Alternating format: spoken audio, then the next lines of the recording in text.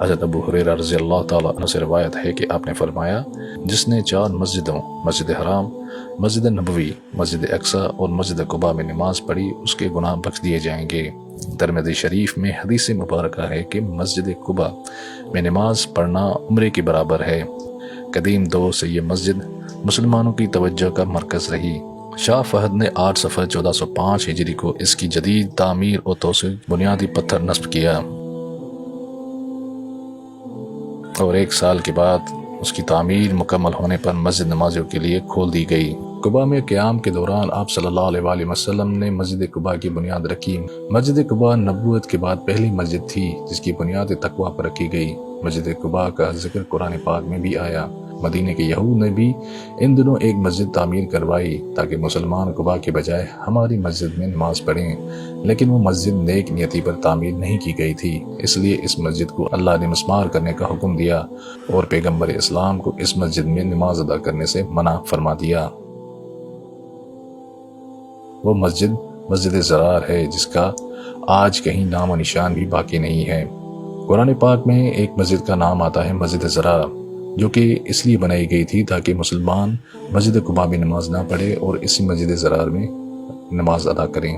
قباء پہنچنے کے تیسرے دن آپ صلی اللہ علیہ وآلہ وسلم نے اس جگہ کی ایک مسجد تعمیر کرنے کا فیصلہ کیا۔ مسلمان انصار میں سے ایک شخص نے مسجد کے لیے زمین بطور ہدیہ پیش کرنی چاہی، لیکن حضرت پیغمبر اسلام نے فرمایا کہ میں اس زمین کو خریدنا زیادہ پسند کروں گا، لہٰذا آپ صلی اللہ علیہ وآلہ وسلم نے وہ زمین خرید لی۔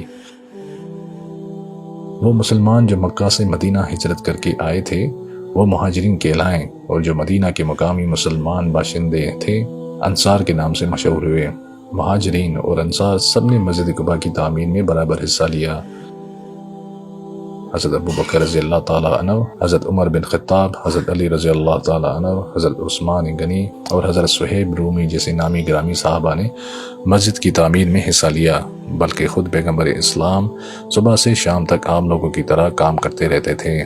جب مسجد مکمل ہو گئی تو آپ نے قباء سے مدینہ منورہ جانے کا ارادہ ظاہر کیا، جس کا نام آپ صلی اللہ علیہ وآلہ وسلم کی آمد سے قبل یثرب تھا۔ آپ صلی اللہ علیہ وآلہ وسلم کی آمد کے دن سے یثرب کا نام مدینہ پکارا جانے لگا، جو کہ قباء کی بستی سے 3 میل کے فاصلے پر تھا۔ آپ صلی اللہ علیہ وآلہ وسلم جمعے کے دن قباء سے روانہ ہوئے۔ راستے میں بنی سالم بن عوف کی بستی میں پہنچے تھے کہ نماز جمعے کا وقت آ گیا۔ آپ صلی اللہ علیہ وآلہ وسلم وہاں قصبہ سے اترے اور جمعے کی نماز پڑھائی۔ تقریباً 100 آدمی اس نماز میں شریک تھے اور یہ پہلا جمعہ تھا جو آپ صلی اللہ علیہ وآلہ وسلم کی امامت میں پڑھایا گیا۔ آپ صلی اللہ علیہ وآلہ وسلم نے قباء میں 12 دن قیام کیا، اور آپ صلی اللہ علیہ وآلہ وسلم نے جہاں پہلے جمعہ پڑھا وہاں پر مسجد جمعہ قائم کی گئی، جو کہ آج بھی مدینہ منورہ میں قائم ہے، اور اسی مسجد کا نام مسجد جمعہ رکھا گیا۔